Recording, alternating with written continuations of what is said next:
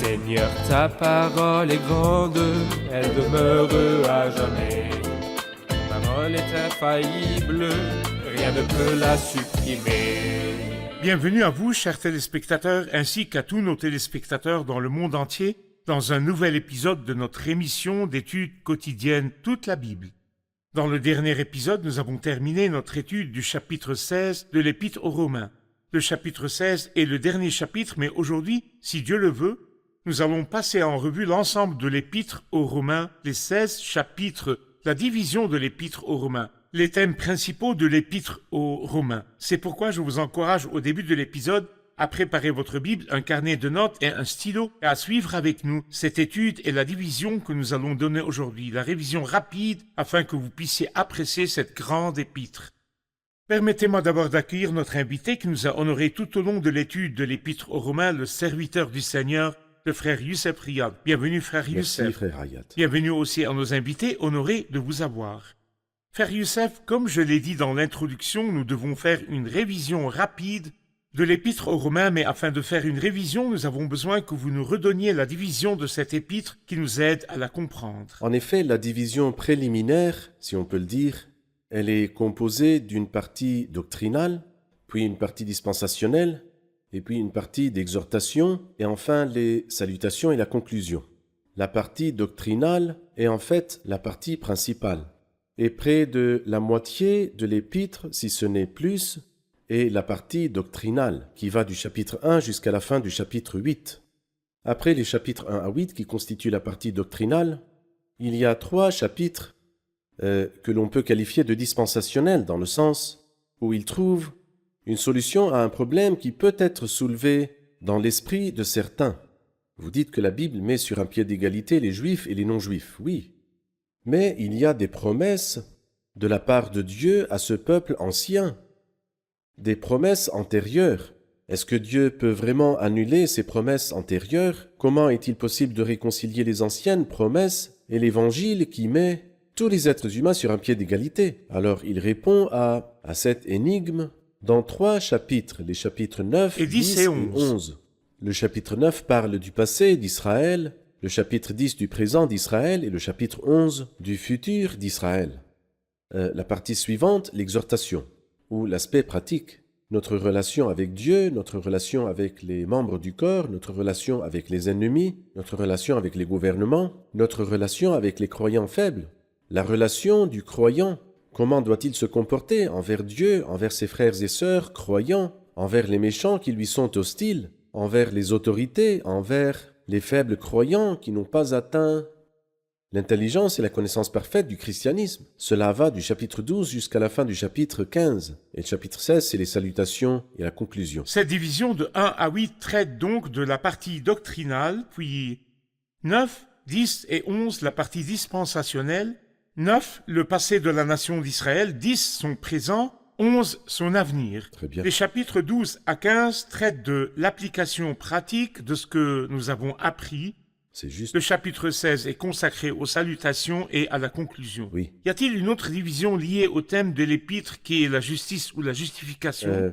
Avant de parler de la deuxième division, de la justification, j'aimerais m'arrêter un peu sur la partie principale, qui va de 1 à 8. Elle aussi est divisée en 2 parties et il est très important de faire la distinction entre les 2 parties de cette partie principale.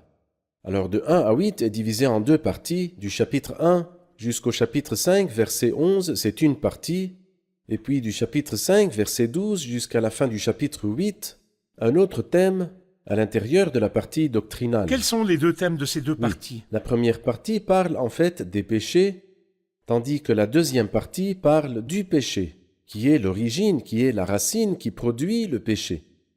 La première partie parle de la justification dont le pécheur a besoin, tandis que la deuxième partie parle de la libération dont le croyant a besoin.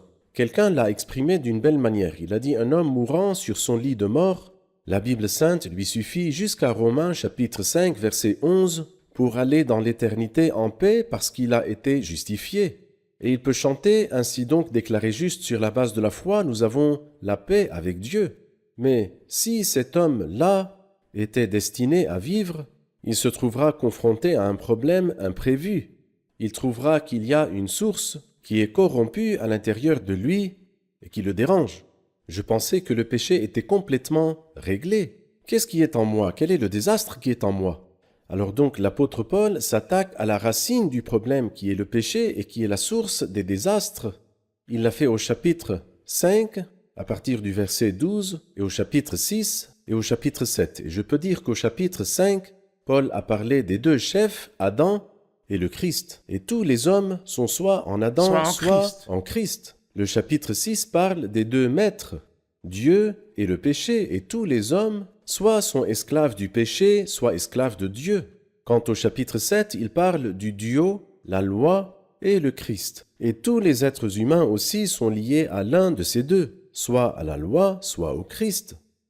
Mais après cela, le chapitre 8 nous fait atteindre le point culminant, où l'apôtre chante et parle de libération et de liberté, et il conclut par un cri de victoire, un cri des vainqueurs, lorsqu'il dit « En effet, j'ai l'assurance que ni la mort, ni la vie, ni les anges, ni les dominations, ni le présent, ni l'avenir, ni les puissances, ni la hauteur, ni la profondeur, ne pourra nous séparer de l'amour de Dieu manifesté en Jésus-Christ notre Seigneur. » Nous allons faire une pause puis vous poser une question en rapport avec la partie très importante du chapitre 7, Romains chapitre 7. Amen. Chers téléspectateurs, je vous retrouve après la pause, ne quittez pas.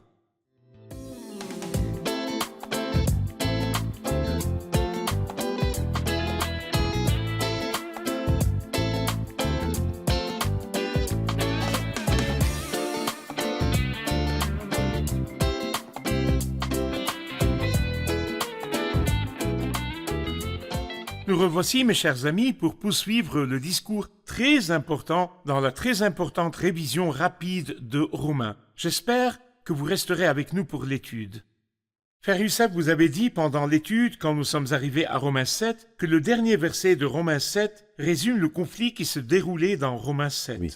Quel est le conflit dans Romains 7? Dans Romains 7, le conflit est qu'un homme est né de Dieu, et bien sûr, après la joie de la naissance, et après la joie de connaître et d'avoir le pardon des péchés, il était très heureux, il poursuivait son chemin joyeux. Mais au fil du temps, il a découvert un désastre auquel il ne s'attendait pas du tout. Il a découvert qu'il y avait une source corrompue qui ne différait en rien de celle qui était là quand il vivait dans le péché. Mais moi, aujourd'hui, je n'aime plus le péché. Dans le passé, j'avais l'habitude de pécher sans problème. Mais depuis que je suis né de Dieu, quand je commets un péché, je sens une grande et profonde tristesse.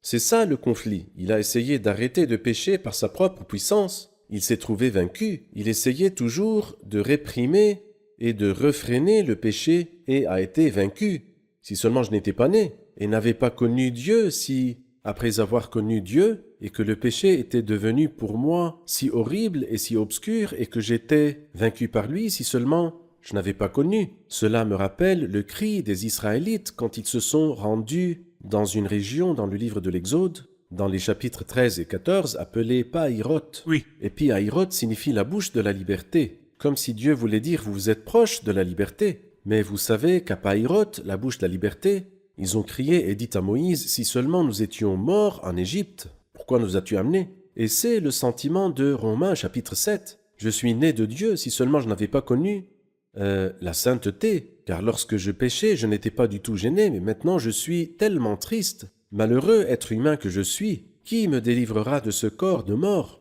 Nous l'avons déjà dit et nous le répétons, l'une des nombreuses énigmes du christianisme, c'est que la victoire commence le moment où je reconnais ma défaite. Lorsqu'il s'est senti vaincu et qu'il a crié, il n'a pas dit « qu'est-ce qui me délivrera ?» mais « qui me délivrera ?» Et tout de suite après, au verset 25, j'en remercie Dieu par Jésus-Christ, notre Seigneur. Un croyant né de Dieu a découvert qu'en lui se trouve une entité déchue Oui, et une vieille nature où le péché qui habite en lui qui le pousse à faire le mal et qu'à l'intérieur il aspire à vivre pour C'est Dieu. vrai. Il y avait un conflit Un entre conflit. l'ancien et le un nouveau. conflit, oui. Lorsque nous passons au chapitre 8, le ton est différent et le cri est différent.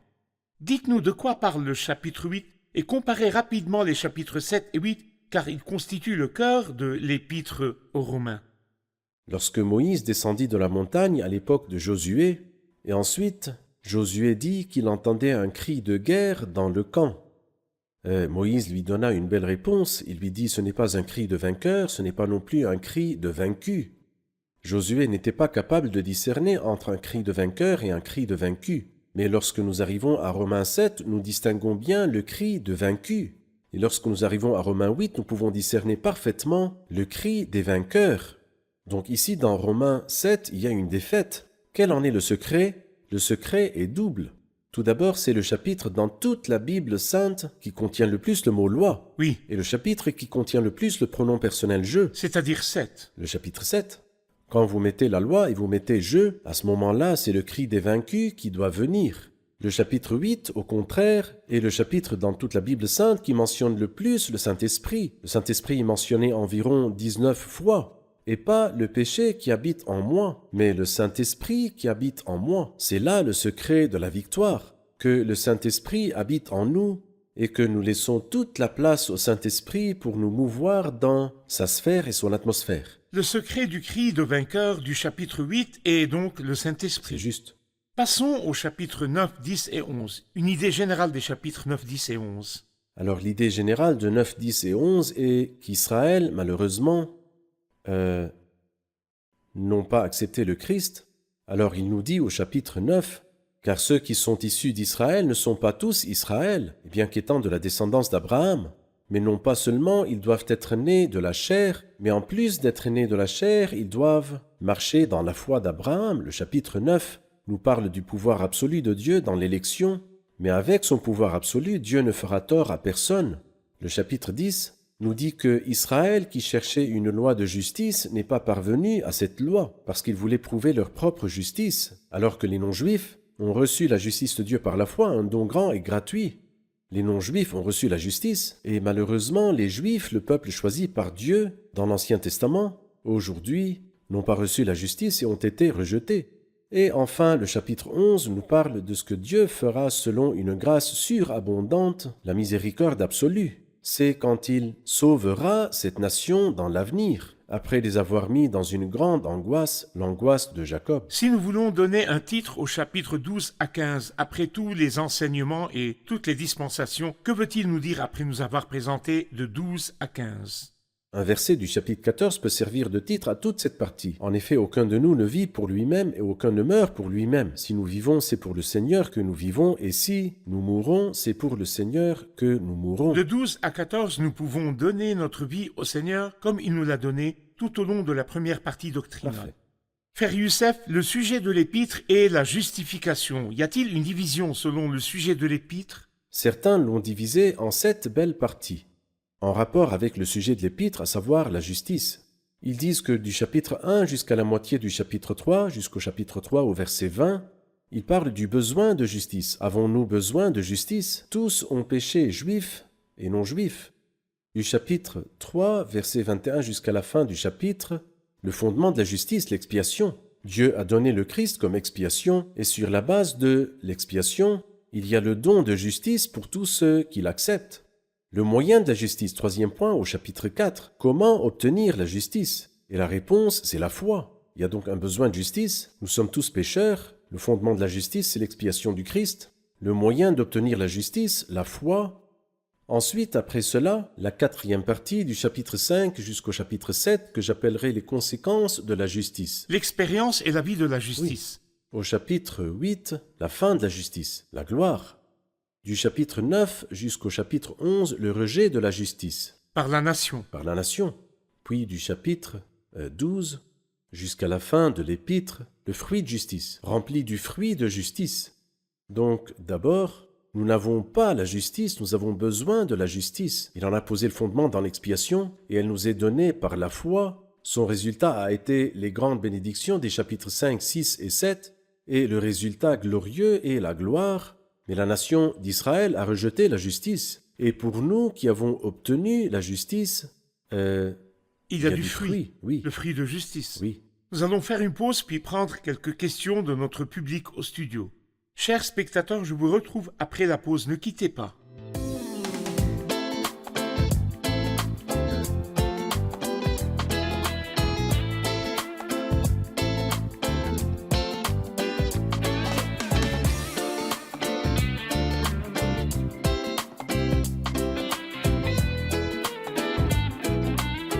Nous Nous revoici, mes chers amis, pour prendre les questions du public. L'apôtre Paul dit au chapitre 1 et aussi au chapitre 15 qu'il prévoyait souvent de visiter l'église de Rome. Ma question. Parfois, nous prévoyons des choses à faire dans le ministère et quelque chose se présente. Il dit « j'en ai été empêché ». Empêché, oui. Oui, je parle d'une bonne chose, d'un ministère, pas de l'empêchement d'une mauvaise chose. En tant que croyant, je décide par exemple d'exercer un certain ministère et je suis empêché de le faire pour une raison ou une autre. Parfois, c'est l'Esprit de Dieu qui veut empêcher l'homme ou c'est Satan qui s'oppose à l'œuvre de Dieu. Comment puis-je savoir si cet empêchement est de Dieu ou de Satan? Comment discerner, frère Youssef, si cet empêchement vient de Dieu lui-même ou d'une guerre satanique? En fait, Paul a été confronté aux deux. Il a été confronté, par exemple, dans la première épître aux Thessaloniciens, au chapitre 2, il dit « Nous avons voulu aller chez vous, du moins moi, Paul, à une ou deux reprises, mais Satan nous en a empêchés. » Je pense que c'est clair ici. Celui qui l'a empêché de rendre visite aux croyants de Thessalonique, c'est Satan. Je ne pense pas que l'empêchement ici, dans l'épître aux Romains, vienne de Satan. Mais comme nous le comprenons du chapitre 15 de cette épître, l'apôtre Paul avait un ministère surchargé. Il voulait leur rendre visite, mais son emploi du temps était toujours surchargé. Il ne trouvait pas le temps d'y aller. Il voulait y aller, il désirait y aller, mais il avait toujours un emploi du temps chargé. Il a donc été retenu jusqu'à ce moment-là. Mais il avait le désir, disait-il depuis des années, de venir vous voir. Et je le répète, nous remercions Dieu pour l'emploi du temps chargé de l'apôtre Paul et pour avoir été empêché, car c'est à cause de cet empêchement qu'il a pu nous écrire cette grande épître qui est un trésor pour les saints de toutes les générations. Et je pense qu'il est facile pour une personne qui est proche de Dieu, qui a une relation avec Dieu, de discerner « N'ai-je pas visité ce pays-là parce que j'ai un emploi du temps chargé dans un autre ministère ? Ou bien y a-t-il une entrave satanique, Satan me fait obstacle ? Ou bien est-ce l'Esprit de Dieu, comme c'est le cas dans Actes chapitre 16, quand il dit empêché par le Saint-Esprit ? L'Esprit de Jésus ne le leur permit pas. Je pense qu'il faut être proche de Dieu et en communion avec lui pour discerner entre un empêchement de Dieu ou un empêchement et une entrave de Satan ou je voudrais y aller, il n'y a pas d'empêchement littéral, mais les conditions professionnelles et le ministère surchargé m'ont retenu. Nous savons dans le cadre du ministère et des tâches du service dans la Bible que le serviteur prend ses instructions du Seigneur. Le Seigneur lui-même dit « va », puis il revient vers le Seigneur et lui demande « quand dois-je partir ?» Exactement. et quel est le message. Le fait que le serviteur revienne sans cesse vers Dieu et sa proximité avec Dieu lui permettent de discerner s'il y a des obstacles de la part de Satan ou Tout à fait. si Dieu lui dit de ne pas y aller en ce moment. C'est juste. Le discernement nécessite une proximité de Dieu. Avec Dieu. Proximité Parfait. de Une Dieu. autre question de nos bien-aimés? Chapitre 5, verset 1. Ainsi donc déclaré juste sur la base de la foi, nous avons la paix avec Dieu par l'intermédiaire de notre Seigneur Jésus-Christ. Et nous avons la paix de Dieu qui dépasse tout ce que l'on peut comprendre. Y a-t-il une différence entre la paix avec Dieu et la paix de Dieu? La paix avec Dieu et la paix de Dieu. Quelle est la différence Oui, entre la les paix deux? de Dieu vient dans Philippiens 4 et la paix avec Dieu dans Romains 5. La paix avec Dieu vient en premier. Car la première conséquence du péché que l'homme a récolté à cause de son péché, c'est qu'il a eu peur et s'est enfui. Mais quand nous sommes déclarés justes sur la base de la foi, nous retrouvons la paix avec Dieu, la réconciliation. C'est la première bénédiction dont jouit le croyant et c'est pourquoi il la mentionne ici dans Romains 5. Quant à la paix de Dieu, elle est accordée au croyant saint et pieux qui est en communion avec Dieu. Lorsque le croyant met ses problèmes devant Dieu, dans la prière, Dieu le comblera de la paix de Dieu qui dépasse tout ce que l'on peut comprendre. Et lorsque je marche dans les circonstances du monde, il y a beaucoup de choses difficiles, mais je suis capable de mettre comme chaussure à mes pieds l'évangile de paix. Et dans les situations les plus difficiles que je puisse rencontrer, je peux dire avec la femme sunamite respectable qui, lorsqu'on lui a demandé « Vas-tu bien ? Ton mari va-t-il bien ? Ton enfant va-t-il bien ? L'enfant était mort. » Elle répondit « Bien, c'est donc celle-là, la paix de Dieu, dans les différentes circonstances de Nous notre pouvons vie. » donc dire que la paix avec Dieu concerne mon futur et ma destinée éternelle. Mes problèmes sont réglés, mes péchés sont pardonnés, je suis maintenant en paix avec Dieu, réconcilié avec Dieu. Mais la paix de Dieu, j'en jouis ici-bas, face aux circonstances de la vie, aux problèmes de la vie et aux tempêtes de la vie. Amen. Amen. Y a-t-il une autre question? Une question sur le chapitre 7. Nous avons vu que l'apôtre Paul nous montre un croyant qui lutte contre le péché, comme nous l'avons dit, mais j'aimerais savoir ce qui prouve dans ce passage qu'il s'agit bien d'un croyant né de Dieu qui lutte contre le péché et non d'un pécheur vaincu par le péché. Comment savons-nous que nous avons affaire à un croyant né de Dieu?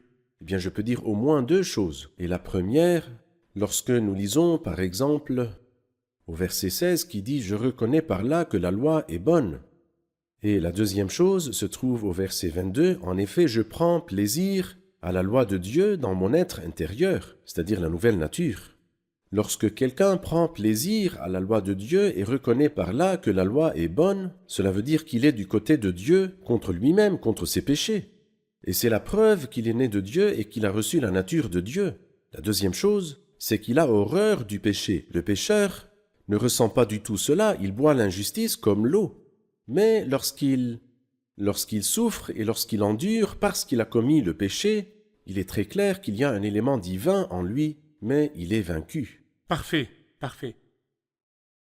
Y a-t-il une autre question? J'ai une question sur le chapitre 10, verset 9. Il est dit, si tu reconnais publiquement de ta bouche que Jésus est le Seigneur, et si tu crois dans ton cœur que Dieu l'a ressuscité, tu seras sauvé. Est-ce là le salut tout simplement? Est-ce là le salut tout simplement? Une question rare pour vous. Oui, en effet, le salut est vraiment très très simple. Sinon, des millions de personnes n'auraient pas pu être sauvées, surtout quelqu'un comme le voleur sur la croix, si on lui demandait de faire les choses les plus simples, il n'en serait pas capable. Mais peut-être que beaucoup diront « Dieu soit loué, je dis que Jésus est le Seigneur. » Et Dieu soit loué, je crois que Dieu l'a ressuscité. Mais la clé de ce verset est peut-être la suivante, si tu reconnais publiquement de ta bouche et si tu crois dans ton cœur, c'est-à-dire la foi qui émane du cœur et qui touche le cœur duquel jaillissent les sources de la vie. Il ne s'agit donc pas d'une simple confession de la bouche seulement, Mais de la foi qui vient mais du de cœur. la foi qui vient du cœur. Parfait, parfait. Frère Youssef, merci beaucoup. Je me suis très réjoui d'étudier avec vous l'épître aux Romains, Que le la Seigneur grande vous garde. épître. Je vous remercie infiniment. Amen. Que Dieu Que vous le Seigneur bénisse. vous bénisse. Merci beaucoup. Merci. Merci également à nos chers invités. Que Dieu vous bénisse. Nous nous retrouverons dans d'autres épisodes si Dieu le veut. Je vais demander à frère Atef de prier pour les téléspectateurs et que Dieu utilise cette émission pour les bénir, d'autant plus que l'épître aux Romains a été un tournant dans la vie de grands hommes comme Martin Luther et Augustin. Nous prions pour que Dieu utilise les mots de cet épître, pour que Dieu change les cœurs et les fasse revenir à lui et qu'ils soient des personnes bénies au service de Dieu.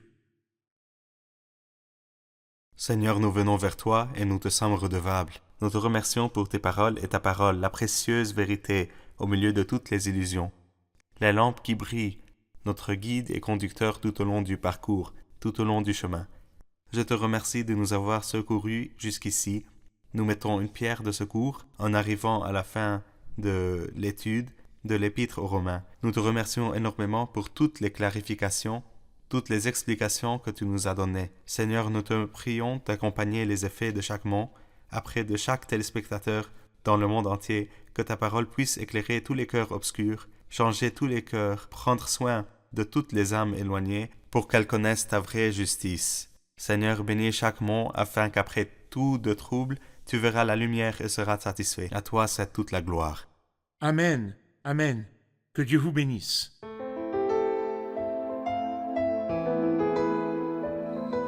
Seigneur, ta parole est grande, elle demeure à jamais. Ta parole est infaillible, rien ne peut la supprimer.